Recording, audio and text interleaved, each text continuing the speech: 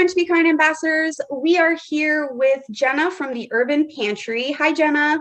Hi. And we are so excited to discuss the programs related to Urban Pantry, how they're involved in the community, how we can be involved with them, and how that all relates to our positive mental health. Jenna, thank you so much for taking the time to sit with us and be recorded. I know video logs and video interviews can be a little nerve-wracking, but I really appreciate you taking the time to sit with us. Thanks for having me. Yeah. Our first question, and I actually didn't know this, so I'm very interested. What is the Urban Pantry all about? So Urban Pantry is a program out of Canadian Mental Health Association here in Barrie, and we've been around since 2016.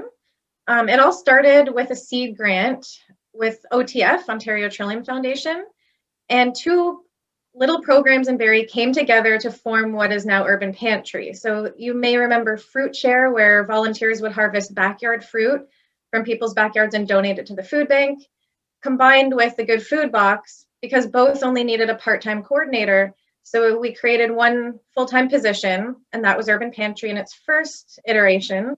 And then we evolved to do community gardens. So now we have three components to our programs, and we're under a grow grant. So we started with a seed. Now we grow the seed that we planted. And so now we build community gardens. And then along with that, we have community cooking classes. And we have our Good Food Box, which is a buying club for fresh produce. So I like to think of it as grow, cook, eat. It's the three components of food. Awesome. When you say that you grow the gardens, is it just like florals and like for pollination, or do you actually like grow vegetables to help with the Good Food Box? It's all food, and it's not us growing it. It's actually the residents or the participants. So we have several different types of gardens. The main one is the City of Barrie's allotment garden, where you can rent a plot. So it's the folks who rent plots who are growing there, and we just encourage and support them however we can. And sometimes they even garden as a group. So one whole organization or school will rent a plot together and garden as a group. And now we have the Barrie Garden Club signed up at Sheer Park, and they're going to help educate other gardeners. And then we have wellness gardens at CMHA locations where CMHA clients, when they were on site, could do some gardening. And we also build gardens in social housing. So we support and encourage people to grow their own food. And our Good Food Box isn't quite tied to those gardens, but we do work with one supplier who works with local farms. That's awesome. That's really great. I just know with the, mental wellness that gardening and being outside and being around things that grow is really important. So I think that those programs are really great, especially that you offer them right at the CMHA as well, so that clients can access that too, and just really getting involved in the community. I think that's fantastic. How do those programs work? So I want to talk specifically about the Good Food Box right now, and kind of if you want to just explain how that sort of is cultivated and how you get that to community members. Yeah, so it's a neat idea because it's community buying power. So the way it works is anyone in the community, literally anyone can order a box, pre-order it 1 week in advance. So on the deadline, we compile everyone's money and we ask our supplier to fill the boxes with as much as he can. So this is why it's so much more affordable than the grocery store, because we're getting the food at wholesale pricing. It is also why you don't get to choose what's in the box, because that's the power of community buying, is we all get the same to get the bulk and wholesale pricing, but it's not marked up like it is in the grocery store. So it's always more affordable than the grocery store. Every time we do a cost comparison, it's unbelievable, the value. I have a box sitting beside me. I've already dug into my potatoes because I love potatoes. But this is a typical box that you would get. It's only $17 for anyone, other than Georgian college students, who only have to pay $10. Oh, awesome. Amazing, because the school is subsidizing the other cost. So every month you get your potatoes, carrots, you can't see them, but there's onions there, and apples. So those remain the same. And then it's a variety of different seasonal, a mixture of local and imported. Like we get oranges and bananas, which I appreciate. Green onion, red grapes, red pepper, and not shown here, things like cucumber, other types of peppers, root veggies. Yeah, so our supplier, he works with local farms to source as much as he can local, but some imported foods as well. Sure. And so just so for me as a consumer, I'm interested in getting a good food box. Um, I know that what's in the box will change seasonally, and I know you mentioned a couple of the same items that will remain the same. Is it based on weight? So when I pay $17, how do I know the quantity that I'm gonna get for that though? Like, is it based on the size of the box, weight? We only have one size box now. We used to have two sizes. It's not based on weight, other than you always get your 10 pounds of potatoes, 2 pounds of carrots, 2 pounds of onion, and a bag of apples. Those are always the same, but it usually ends up about 20 to 25 pounds of food because you have your 10 pounds of potatoes, and then the other remaining things will be about 10 to 20 pounds, 10 to 15 pounds, I would say. So no, it's not based on weight, but in theory, the more people who order, the more we would get, because that's how bulk pricing works. So For sure. this month we had our biggest month ever with 285 boxes going out. Yay! So there were 11 different types of fruits and vegetables Oh, wow. for $17. That's amazing. That's really, really incredible because my produce bill when I go to the store is not $17. Oh yeah, it even just the potatoes sometimes are $5 in the store, and a bag of apples will be $5.99. So right there, that's almost the whole cost of the box. Plus, you're getting 10 other things, 9 or 10 other things. And what's really amazing is we have our pay it forward option, where community members can purchase a box for someone else in the community, and we work with a whole bunch of social service agencies to distribute the food to people who need it. So this month, we actually had 99 of those 285 were pay it forward. So volunteers personally deliver to people's doorsteps these boxes, and we work with CMHA, the Women's Shelter, Youth Haven, Uplift Black, Busby Center, Salvation Army. Barrie Families Unite has been really helpful in getting a lot of the food delivered and reaching people who are not served by the social service agencies, because we know that a lot of, actually, I think it's 1 in 4, 1 in 5 people who are struggling will not visit, only 1 in 5 will visit a food bank. So if everyone that's hungry, only a small portion will actually go to a food bank. So we know that, there are gaps in the social service system. So that's where we're working with Barrie Families Unite to fill those gaps. No, that's really incredible. I just know too from my own personal experience when I was younger, my mom being single mom, the food bank just doesn't have the facility to support the fresh goods. What they do is fantastic. We utilize that resource as best as we could, my mom and I, when I was younger, but I think it's great because that's something I always thought about too, is the freshness of getting produce, whether it's like fresh or frozen, but like not the canned stuff is kind of where I'm getting at with that. So I love this idea. I love the fact that it's not just for people who are in need, but anyone can access this to help with budgeting, supporting local, because I imagine our farmer that you're utilizing is local. I know we have to import some of your produce as well, but that's supporting another community as well. So I think it's great. And then also helping someone else. So the fact that you can buy a pay it forward box and that goes to someone in need who actually may not be able to access, like you said, the social services, or who might not qualify. Because I know myself, there's like that middle level playing field of people who are struggling, but they can make it, but they could utilize some resources, but they don't qualify because, yeah, it's just this strange cycle. So I love what you're doing. I wanted to talk a little bit though about nutrition in relation to positive mental health. So I think it's fantastic that, one, you've gotten these grants to implement these programs, not just for the Good Food Box, but for the gardens and all the other great stuff like the cooking classes and things like that, because nutrition, I think, is important. And we all don't have access to it, which is sad. The bare necessities of life, right? Like air, food, water, clothing, Yeah. those kinds of things, right? Shelter. Um, so do you want to talk a little bit about just the importance of what you're doing in relation to the positive mental health? Yeah, and it's so remarkable that Canadian Mental Health Association is leading the way in these community food programs in Barrie. And that just goes to show that more and more people and organizations are realizing the importance of nutrition and mental health and that it's all connected. And I think everyone knows inherently that we don't feel great when we eat junk food.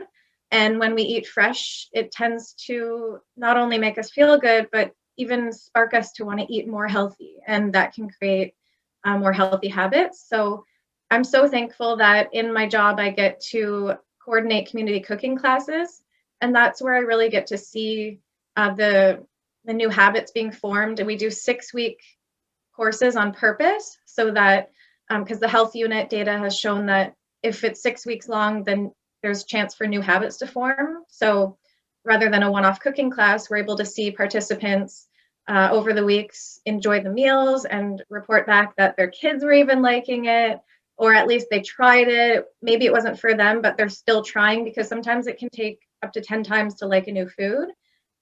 So that's really fulfilling and rewarding. And just being able to witness our cooking classes, I don't teach them, it's a volunteer in the community who teaches them. Right now, we're working with Bev McDonald, who's fantastic. But being able to witness the classes actually inspires me to eat and cook more and eat healthier. And it's the best thing in the world to hear back from participants that thanks to your class, before I was only eating snacks, crackers and cheese, and now I'm cooking whole fresh meals. So, and we learn from each other. So we share in class. The instructor will even learn little kitchen hacks. And so it's just so fun and important because once a whole family is nourished, then there's ripple effects throughout the community. Yes, for sure. And that's one thing I keep teaching my daughter as well too is, in a lot of cultures and actually most cultures, that's what brings everyone together too is food. Yeah. It's very homey, it's comforting. And I do find though a lot of people don't really know what to do with the food. So for example, getting this fresh box, I think it's great, but the amount of ways you can cook a potato, for Yeah. example, you know what I mean? So it's great to have it, but then also the added resource of, hey, we're going to show you how you can cook with what we just gave you, and stuff like that. So I think that that's fantastic because it's just like a car, right? You can have a car, but if you don't have the engine, it's not going to run. So you can have the box, but if you don't know how to utilize to cook and get the nutrition out of those foods, then they That's kind of exactly go hand in hand a little bit. awesome. That's awesome. And I love cooking. Cooking is a huge hobby of mine. So that also can help with mental health too, I think, is just creating a hobby of it, being fun with food. I know lots of people like with pancakes and stuff. You can make them look like rabbits and do all these cool things. I've seen someone turn a watermelon into like a baby sort of bassinet thing. It's really super cool. So food is fun. It should be fun. And to just tie into that with this month too, I know a lot of people do struggle with like body image issues and eating disorders. So I think just coming together as a community and knowing you're not alone and we can do it and food is our friend. A nutritionist once gave me a really good piece of information because I do struggle with food. Food, I find we myself and food can have an up and down relationship, which I know a lot of people can relate to. But one piece of information that I try to remind myself that a nutritionist told me once is that food is medicine. Because I'm okay. Oh, if I have a headache, I'll grab a Tylenol. Or if I'm really sick, obviously I'll, go to Western medicine and take some antibiotics. But when she said food is medicine to me, it made me put that on the front burner and go, oh, that is actually so true, regardless of my battle with food and myself. So now I'm more inclined to think about what I put into my body and ensuring that I'm actually eating because it's true. It is medicine. So true. And it's funny you say that because our previous cooking instructor, Donna Vaillancourt, she does a medicine soup and she presented it at Goodness Me. And we were lucky enough that she did it in our class. and it's just like your kind of basic sort of veggie broth soup, but just, yeah, nourishing you from the inside out. And she has it going all winter long on her stove every day and just drinking that almost like tea. And I just thought it was neat that she called it medicine soup. Yeah, no, it's fantastic. There's a lot of good benefits to, eating certain foods and stuff. So knowledge is power, and educating ourselves is the first step. So I think what you guys are doing in the community is great. Just to tie us all in, so you are associated with the CMHA, and so are we. So just to remind folks in the community, Shine to Be Kind is spreading awareness for positive mental health. That's our first and foremost part of our initiative. But we also are trying to raise donations as well. So if you are inclined, please jump on our website, shinetobekind.ca. We've got some swag up there. We've got more swag coming. If you don't want swag, which is totally okay, you're more than welcome to donate as well. And then in addition to that, whether you're struggling or not, I would like to put out there, if you do want to support Urban Pantry, because like Jenna was saying, collectively, if we order as a big group, then we can get more for less. So struggling or not, I think it's a great alternative to going to the grocery store. Plus, you can get it delivered so that you don't have to go to the grocery store, which we kind of don't want to have to do as much right now. Yeah, sorry to interject. We do deliver to folks who do not own vehicles. So we just help out people who wouldn't be able to pick up, but we ask if they are able to drive there that they pick it up. We have a curbside pickup now, so they don't have to come in to the building, but we definitely have volunteers who are happy to drive to people who can't make it there. For sure. Thank you for pointing that out. So yes, if you can drive, that would alleviate the volunteers from having to come to you. But again, if you can afford to purchase a good food box for yourself, but unfortunately you don't have transportation needs at that time, then they can help facilitate that, which is wonderful. Because again, just relating to myself, I was actually talking to a friend this week about it. It's actually Community Fridge. I was chatting with them and saying that transportation, for me, when I was younger, just getting to these resources, my mom never owned a car, so we took public transit everywhere, and it just finding the money to then pay for the transit to get where you needed to go. And I'm from Toronto, so you could end up taking 3 buses and a subway to get somewhere. Yeah, so just having these things accessible. So thank you to the volunteers who go and do these deliveries and help with the program and putting the box together. Yes, thank you. Uplift Black, they personally deliver to people, and as well as Barrie Families Unite and our volunteers as well. So I just wanted to shout out to them. Yes, no, definitely. They are great community supporters. We follow both of those groups, and many of the other ones that you mentioned as well, like Women and Children Shelter and stuff like that. So Barrie Native Center, I forgot. Yeah. Yes, they all do great things in the community. So yes, and even David Busby, I love their outreach van. I actually see it around the neighborhood quite often. So yes, love the community programs. And Redwood Park Communities as well. They're one of our longtime group purchasers. Yay. And they provide boxes for new residents.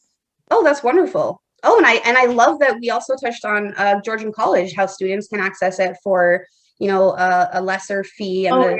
I mean, that's phenomenal to get about $35 worth of food for $10. And the school is caring so much about this that they're subsidizing these costs. It's just fantastic. If folks listening are Georgian College students, don't order through us, order through the college. There's a note on our website because we don't have it set up with the discount, so they have to order through the college. Sure, yeah, and then that also helps you to allot a certain amount of boxes to the college too, and knowing that how many students are in need. So, so that is amazing. Yes. Yeah, so if anyone else is in need, please do reach out to those groups that Jenna did mention too. If you're not feeling comfortable going directly to Urban Pantry, there are lots of resources out there that can connect you. So my last question of our segment is if you're inclined to share either a personal story related to positive mental health or some inspiration in regards to anything that you've sort of implemented into your own life to help with your positive mental wellness. Yeah, for me, it's kind of a holistic approach. So it's not just one thing. I have to make sure that I'm being outside in nature. I go for walks in the forest. I go to Sunnydale Park here in Barrie, especially in the spring, all the way from spring till fall. They'll have flowers blossoming, trees blossoming all the way until fall. So you can admire the flowers. Winter I find is hard for me personally, and I know for a lot of people here, just so cold and dark, and especially during lockdown, it's been especially difficult. So that's when I really pay attention to, am I doing my self-care? Am I cozying up in a warm bath and nice blankets? But also, like what we already talked about, I make sure I nourish myself, because if I'm not eating healthy, then I'm not really giving my body the nutrients it needs to give myself a fighting chance. So I always try to stay hydrated. I always have water. Every meeting you'll see me drinking water. I eat a plant-based diet, and yeah, just getting out in nature, but also sort of feeding off the positive benefits from our programs. Like I was mentioning before, the positive feedback from the cooking classes is just so inspiring. So I try to let those things inspire me to propel me forward. And Yes. everything's about balance. So that's what I find, is just finding the right balance. And if I get a bit off balance, then I get back on track. And that's what it's all about. Yes. And also to know to give yourself grace that if you kind of go off track, or you have a couple of days where, you kind of fell off the wagon, whatever wagon that is for each of us, then just not to really focus on that down part, but focus on, hey, I'm human. I had a little hiccup, but moving forward is the most important. I think you touched on something really important too, is knowing what you need.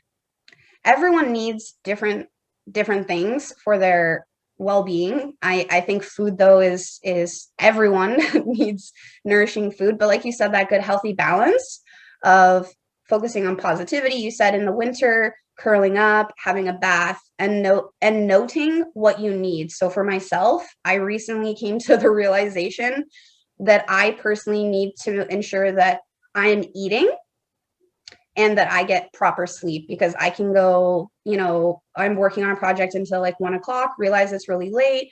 I work full time from home, I have to wake up really early, and the next day is not going to be good for me. And so I've recognized that not only for myself, but for those I interact with, because my mood changes, my day changes. So I just noticed that those two things I definitely have to be cognizant of and make sure, oh, it's lunch and, did I have a snack? No, okay, I have to eat lunch.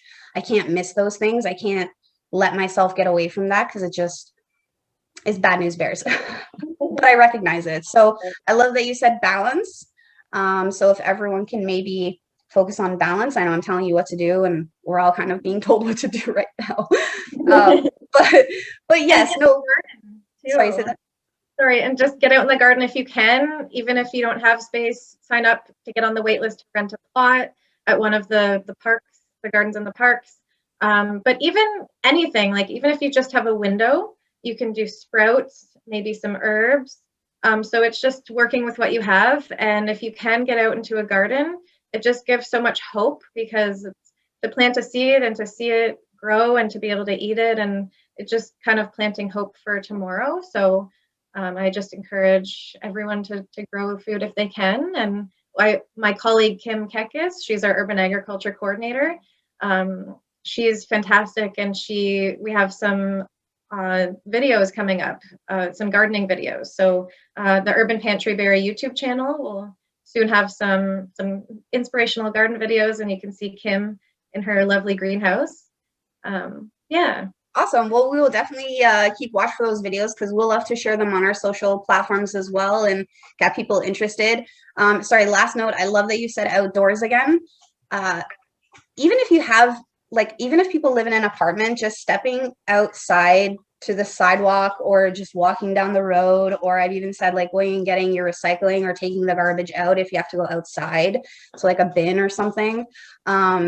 Just getting outside for a little bit is so important. And I find that these little small things make changes that a lot of people don't actually realize until it's an intentional thought. Like you have to go outside and then come back and go, wow, I feel much better.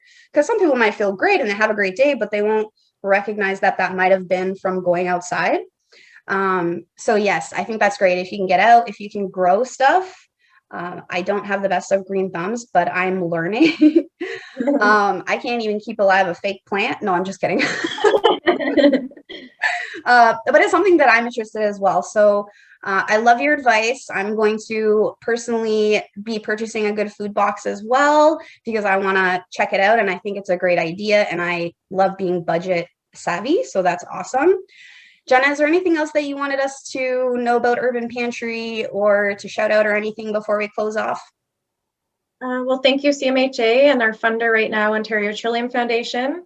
And if anyone wants to get involved, they could donate. They could, if they can mark their donation to CMHA for Urban Pantry or Good Food Box. Sign up on our website. The volunteer sign up form is essentially our subscriber form. So getting on our mailing list, urbanpantrybarrie.ca, following us on Facebook and Instagram.